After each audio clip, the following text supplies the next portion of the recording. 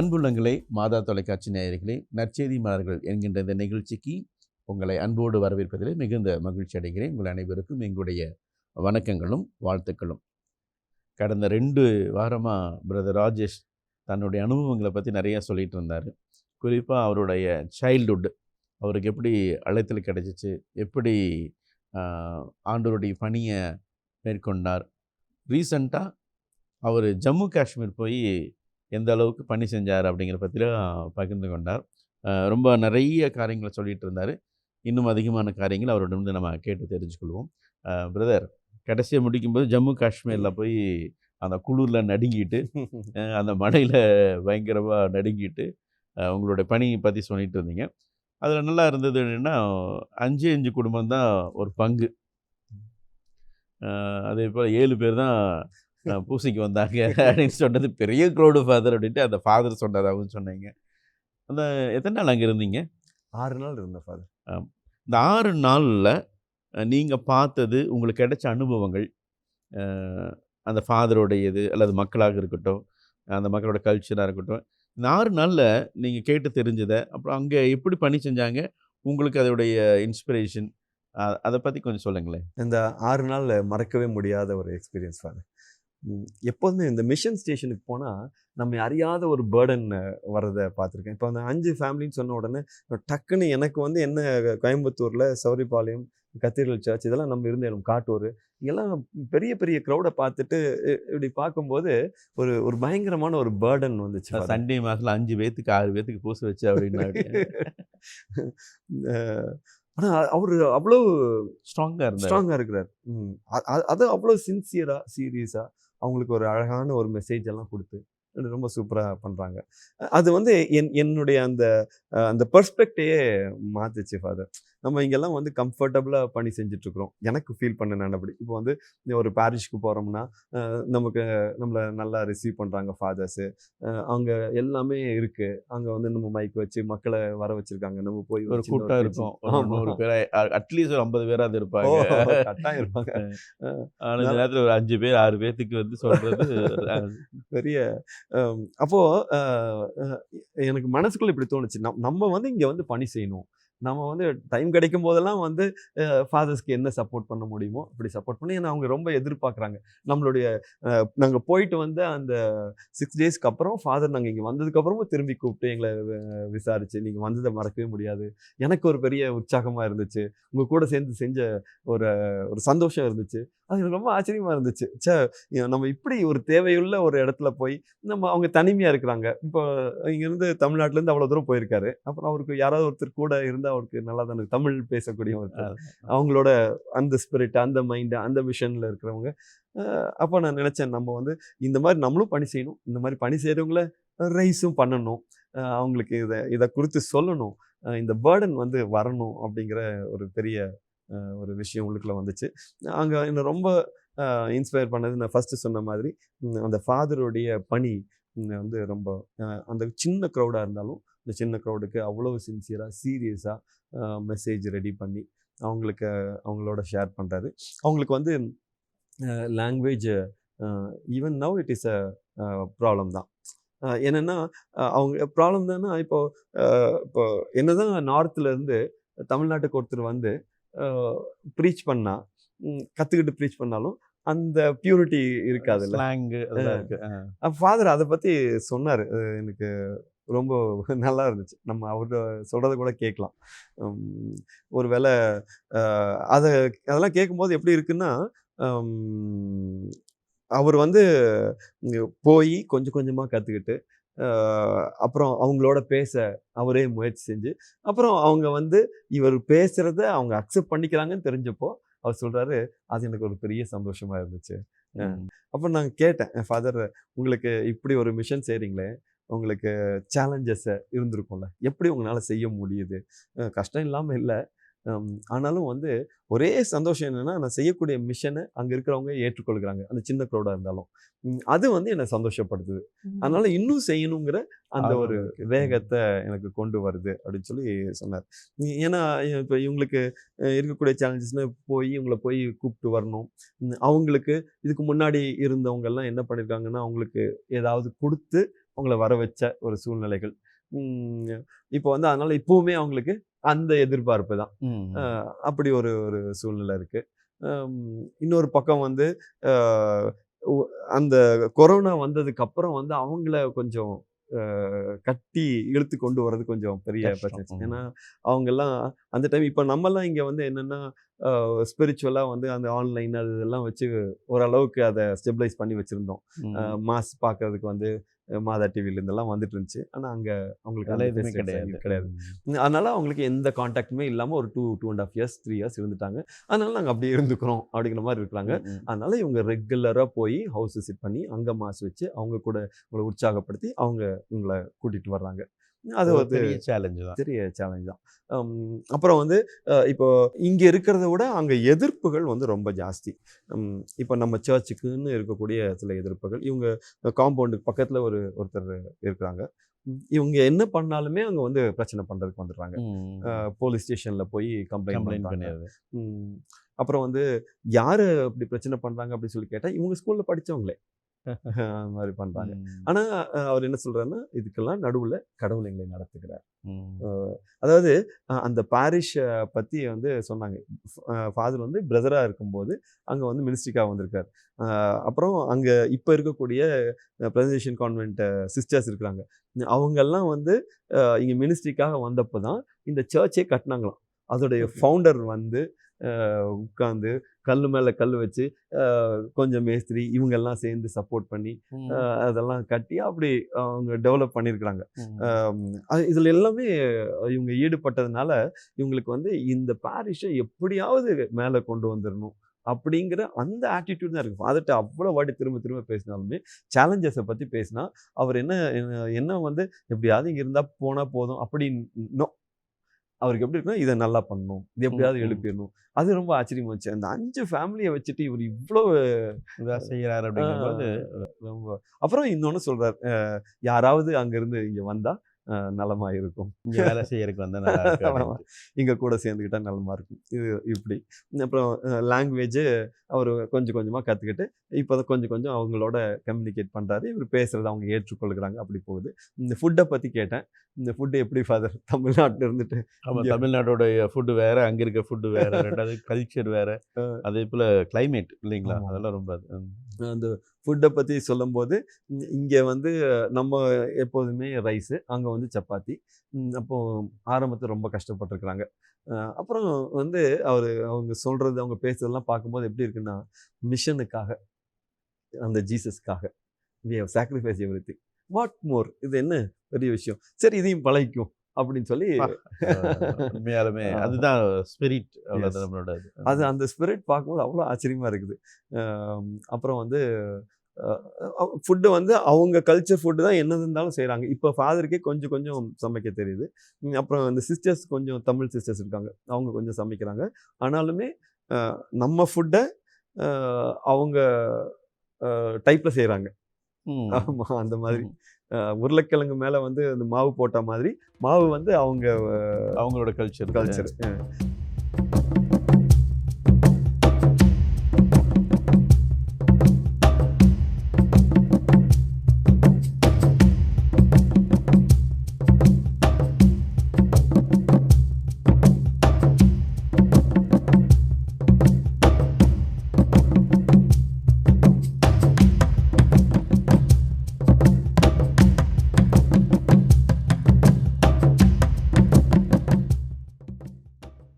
அந்த மாதிரி தான் இருக்குது.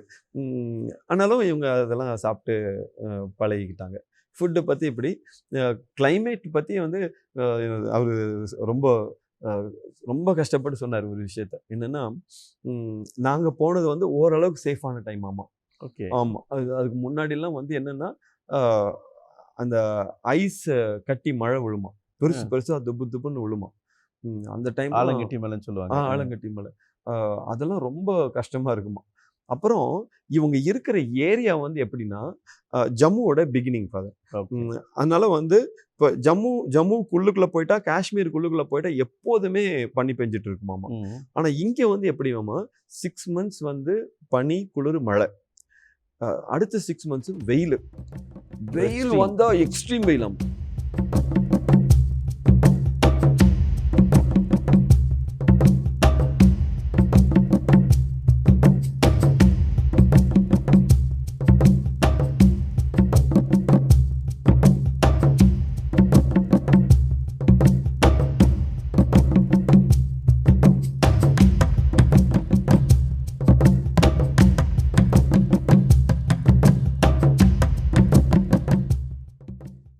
பயங்கரமான வெயிலா இருக்குமாமா. ஏசி இல்லாம வந்து இருக்கவே முடியாது. யாப்பா! ஆமா. ஏசி இல்லாம யூ கேனாட் லிவ் தேர். அப்படி ஒரு பயங்கரமான வெயிலு. இந்த சைடு அதர் எக்ஸ்ட்ரீம்ல ஹீட்டர் இல்லைன்னா குளிர் காலத்துல இருக்க முடியாது. நாங்களே வந்து எங்களுக்கு ஒரு ஹீட்டர் குடுத்துருப்பாங்க. நாங்க ஒரு 2 பேர் போயிருக்கிறோம். ஜென்ட்ஸ் 2 பேர், லேடீஸ். அப்போ நாங்க 2 பேரும் அந்த பக்கத்துலயே குளிர் மாரி. முதல் நாள் வந்து என்னன்னா, எங்களுக்கு வந்து ஹீட்டர் குடுக்கல. அதனால வந்து மெழுகுவர்த்திய பத்த வச்சுட்டு, அது பக்கத்துல 2 பேர் வா! அவ்ளோ குளிரு. ஆமாமா. குளிரு வந்து நாங்க போய் இருக்கிறோம் ஃபாதர். ரூம்ல இருக்கும்போது ஃபர்ஸ்ட் உள்ளுக்குள்ள போயிருக்கிறோம். புஷ் புஷ்ன்னு சத்தம் கேட்குது.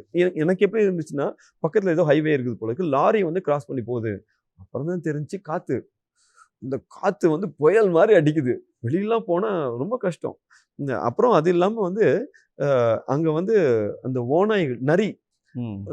நரின்னா ஒரு நரி இல்ல, ஒரு 25 நரி கூட்டமா வரும். கூட்டமா. நாங்க இருக்கிற இடத்துல இருந்து டெய்லி நைட் வந்து அந்த சத்தம் கேட்கும். அந்த கிரவுண்டுக்குள்ளலாம் வந்து அது அந்த அந்த ஊளையிடும் பாருங்க, அந்த அந்த சத்தம். கொஞ்சம் டேஞ்சர் தான் போல இருக்கு. அந்த வெளியில வர்றது. வெளியில வரத பத்தி யாருமே யோசிக்க மாட்டாங்க. அந்த சண்டே அன்னைக்கு வந்து டோட்டலா மழை ஃபாதர். காலையில இருந்து சாயங்காலம் வரைக்கும். மாசுக்கு 3 பேர் வந்தாங்க. சாட்டர்டே தான் 7 பேரு. சண்டே 3 பேர் தான். சாட்டர்டே தான் 7 பேர். ஆமா. ஏன்னா மழைக்கு நீங்க வெளியில வர்றத பத்தி யோசிக்கவே முடியாது. நம்ம வந்து இந்த மாதிரி செடியெல்லாம் அப்படியே கருத்து போயிருக்கு. நான் வந்து இந்த வெயிலுக்கு காஞ்சி போன செடியை பார்த்துருக்கிறேன். ஃபாதர் காமிச்சாரு, இந்த செடி பாருங்க எல்லாம் கருத்து இருக்கு. என்னன்னா பனிக்கு கருத்து இருக்குது. அது அதர் எக்ஸ்ட்ரீம். அது அப்படியே எல்லாம் அது அங்க ஒவ்வொன்றும் வித்தியாசமா இருந்தது. ஒரு பக்கம் இது, இன்னொரு பக்கம் அந்த கல்ச்சர் பார்த்தீங்கன்னா அது ரொம்ப வித்தியாசம் தான். அப்போ அந்த அந்த இடத்தோட கல்ச்சரை பத்தி ஃபாதர்கிட்ட பேசிட்டு இருந்தேன். ஃபாதர் நிறைய விஷயம் சொன்னாங்க. ஆக்சுவலாக அந்த பசோலிங்கிறது வந்து பஞ்சாப், இந்த சைடு வந்து இமாச்சல பிரதேஷ், மேலே வந்து ஜம்மு காஷ்மீர். இப்போ இந்த 3 இடத்துக்கும் நடுவில் அது இருக்குது. 3 ஸ்டேட்டுக்கும் நடுவில் இருக்கு. அதனால வந்து இந்த 3 ஸ்டேட்டுடைய கல்ச்சரும் அங்கே வந்து ஃபாலோ பண்ணுவாங்க.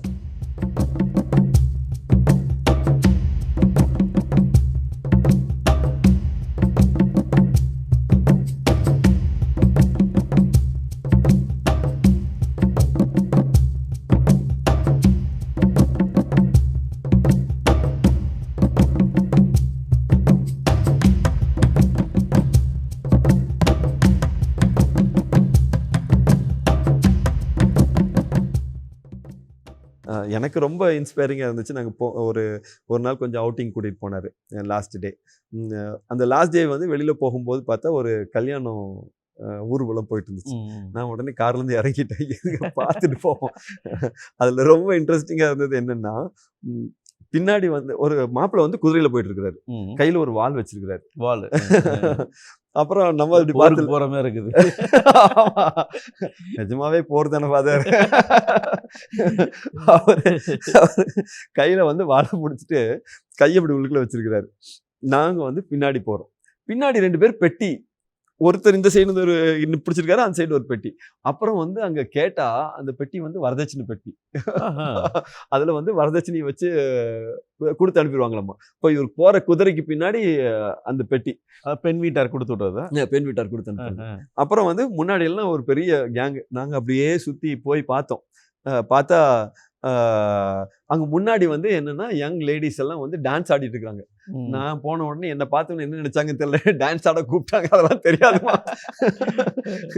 அப்புறம் சரி நம்ம போறதே இவ்வளவு தூரம் போயிட்டோம், போய் மாப்பிள்ளைக்கு ஒரு கை கொடுத்துட்டு வந்துருவோம் அப்படின்னு சொல்லி நேரம் உள்ள போயிட்டேன். நான் போன உடனே அவர் கையில வந்து வாள் வச்சிருக்காரு, இந்த கை உள்ளுக்குள்ள வச்சிருக்காரு, குதிரை அதை பிடிச்சிருக்கிறாரு. அப்புறம் நமக்கு எப்படி கை கொடுப்பாருன்னு தெரியலையே அப்படின்னு நினைச்சிட்டு இருந்தேன். இவர் குதிரையை விட்டுட்டு இந்த கையில வாழை பிடிச்சி நமக்கு கையெல்லாம் கொடுத்து ரொம்ப ரொம்ப இன்ட்ரெஸ்டிங்கா இருந்துச்சு. அந்த வாளுமே பெண் வீட்டார் வந்து அவங்களுக்கு கொடுத்த. இவங்க இப்படிதான் மேரேஜ், அவங்க அது ஒரு பெரிய செலிப்ரேஷனா அவங்களுடைய கலாச்சாரம். ஆமா. அப்புறம் ஃபாதர்கிட்ட பேசும்போது ஒரு ஒரு குறிப்பிட்ட கல்ச்சரை குறித்து சொன்னார். ரொம்ப நல்லா இருந்துச்சு.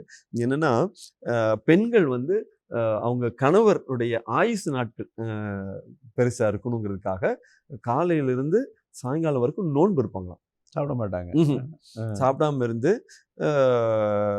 அவங்க அதுக்காக சில இதெல்லாம் செய்வாங்க. நம்ம ஃபாதர் சொன்னாரு. அத நம்ம கேட்டோம்னா ரொம்ப நல்லா இருக்கும். அதே போல ஆண்களுமே அந்த மாதிரி இருப்பாங்க அப்படின்னு சொல்லி. நீண்ட ஆயுள் காலம் கிடைக்கணும் அப்படின்னு சொல்லி. பெண்கள் வந்து அவங்க அவ்வளோ ஒரு அக்கறையா இருக்கிறாங்க, பிள்ளைங்களுக்காக அப்படி செய்கிறாங்க அப்படின்னு சொல்லி சொன்னாங்க. இதெல்லாம் அவங்க சொன்ன கல்ச்சர்ஸ். மற்றபடி பெருவாரியா எல்லா இந்தியன் கல்ச்சரும் அங்கே வந்து ஃபாலோ பண்ணுறாங்க. அந்த நம்ம செய்யக்கூடிய பொங்கலை கூட அங்கே வந்து ஏதோ ஒரு நம்ம செய்யக்கூடிய பொங்கலை அவங்க ஒரு ஃபங்க்ஷனாக கொண்டாடுறாங்க. அதையும் ஃபாதர் சொன்னார். ஜனவரி மாதம் நம்ம கொண்டாடுற ஆமாம், பொங்கல் அதே நேரமா? அதே நேரம் இல்லை, அது அவங்களுடைய அறுவடை டைமில் அதை இந்த மாதிரி செய்கிறாங்க. ஓகே. இதெல்லாம் வந்து அவங்களுடைய கல்ச்சர். ஒரு பக்கம் கிளைமேட்டு. இப்போ வந்து அவர் வந்து ஸ்கூல் தான் மெயின் இல்லைங்களா? ஸ்கூலில் தான் இருப்பார். அந்த மற்ற டைமில் வந்து பங்கில் வீடு சந்திக்கிறது மற்ற காரியங்களை பார்க்கல. ஓகே. உண்மையாலுமே இந்த ஃபாதரை நான் பாராட்டணும். ஃபோன் பண்ணிங்கன்னா சொல்லுங்கள் அவர்கிட்ட. கட்டாயமாக. உண்மையாலுமே ஃபாதர் செல்வராஜ் இல்லைங்களா? செல்வம் செல்வம் அவரை பாராட்ட சொல்லுங்க. மாதா டிவி சார்பாக அவரை வாழ்த்துறோம் சொல்லுங்க. அவருக்காக கண்டிப்பாக நேயர்கள் ஜெபிப்பாங்க. அவரோட பணி சிறக்க வேண்டும் என்று சொல்லி. பிரதர், உங்ககிட்ட நான் ஒரு பர்சனாக ஒரு கேள்வி கேட்குறேன். நீங்கள் மேரேஜ் பண்ணது, அப்புறம் உங்கள் ஃபேமிலி, நான் இவ்வளோ காரியங்கள் செஞ்சிட்ருக்கிறீங்க, நிறைய காரியங்கள். ஜெய்ரே மிஷன்ஸ்னு ஆரம்பித்து ஒரு பத்திரிக்கை நடத்துகிறீங்க. அதே போல் யூத்து எல்லாம் சேர்ந்து ஒரு மினிஸ்ட்ரி செஞ்சிட்ருக்கிறீங்க. ஒவ்வொரு இடத்துலலாம் நீங்கள் பணி செஞ்சிட்ருக்கீங்க, நற்செய்தி அறிவிச்சிட்ருக்கிறீங்க, நார்த் இந்தியா மற்ற இடங்களெல்லாம். உங்கள் ஃபேமிலி அவங்கள பற்றியும் அவங்களுடைய எப்படி உங்களுக்கு ஒத்துழைப்பு கொடுக்குறாங்க, உங்கள் பணி அவங்க எப்படி எடுத்துக்கிட்டாங்க அப்படிங்கிறத பற்றி சொல்லுங்களேன். என்னுடைய மேரேஜ் வந்து ஒரு எளிமையான ஒரு மேரேஜ் தான் ஃபாதர். கடவுள் கொஞ்சம் ஒரு திட்டமாக நடத்தினார். அந்த மாதிரி பண்ணோம். அவங்க வந்து எப்படின்னா, எனக்கு முன்னாடியே அந்த கிரைஸ்ட் எக்ஸ்பீரியன்ஸு, கடவுளுக்காக வாழணும், நற்செய்தி அறிவிக்கணும் அப்படிங்கிற ஒரு பேர்டனோட இருந்திருக்கிறாங்க. அவங்க ஒய்ஃபும். ஆமாம், ஒய்ஃபு. அப்புறம் அதனால் இப்போ நான் மேரேஜ் ஆகி வரும்போதே நான் எப்படி இருந்தேன்னா, கல்யாணம் பண்ணக்கூடாதுன்னு இருந்தேன். என்னை வந்து கடவுள் என்னை நிர்பந்திச்சு ஃபோர்ஸ் பண்ணி ஒரு மேரேஜுக்கு கொண்டு போனார். அதனால் நான் எப்படி இருந்தேன்னா ஸ்ட்ராங்காக இருந்தேன். நான் வந்து ஐ எம் ஃபார் கிரைஸ்ட் கல்யாணம் பண்ணி வரும்போது. நீங்கள் வந்து இதெல்லாம் ஏற்றுக்கொள்ள முடியுமா அப்படின்னு சொல்லி ஒரு கொஸ்டின் அவங்களுக்கு முன்னாடி கேட்டீங்க.